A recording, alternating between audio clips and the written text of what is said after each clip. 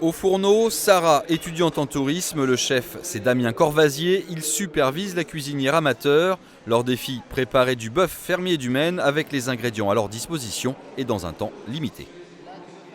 En 1 heure, réaliser une recette comme ça, sur le coude, alors qu'on n'est pas dans son élément, on n'est pas dans sa cuisine, on ne connaît pas les lieux, c'est très très difficile. Et je dois dire que les 2 candidats ont fait preuve de volonté, et ça fait vraiment plaisir à voir. Le plat de Sarah a remporté l'épreuve du goût. La jeune femme passe en finale de ce premier concours des cordons bleus devant un public attentif. Ça change tout, oui.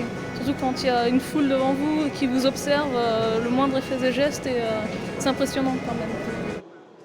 À l'origine de ces premières 24 heures cuisine, une émission diffusée sur France Bleu Maine. Les cordons bleus, animés par Emmanuel Bordeaux, accueillent tous les jours de la semaine des cuisiniers professionnels. La volonté affichée est de valoriser le terroir sartois.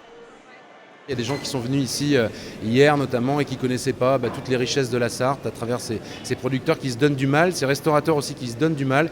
Et notre rôle à nous, quand on est dans les médias, c'est d'aider, d'être vecteurs et de les mettre en avant parce qu'ils le méritent vraiment. On a des talents incroyables, on a 48 chefs qui se succèdent tout au long du week-end. Le patrimoine, les talents, c'est notre mission de service public de les mettre en valeur à la radio et puis aussi autant qu'on le peut à travers des initiatives comme celle de ce week-end. Le succès est total en tout cas pour cette première édition. Près de 8000 spectateurs sont venus ce week-end assister à ce marathon culinaire.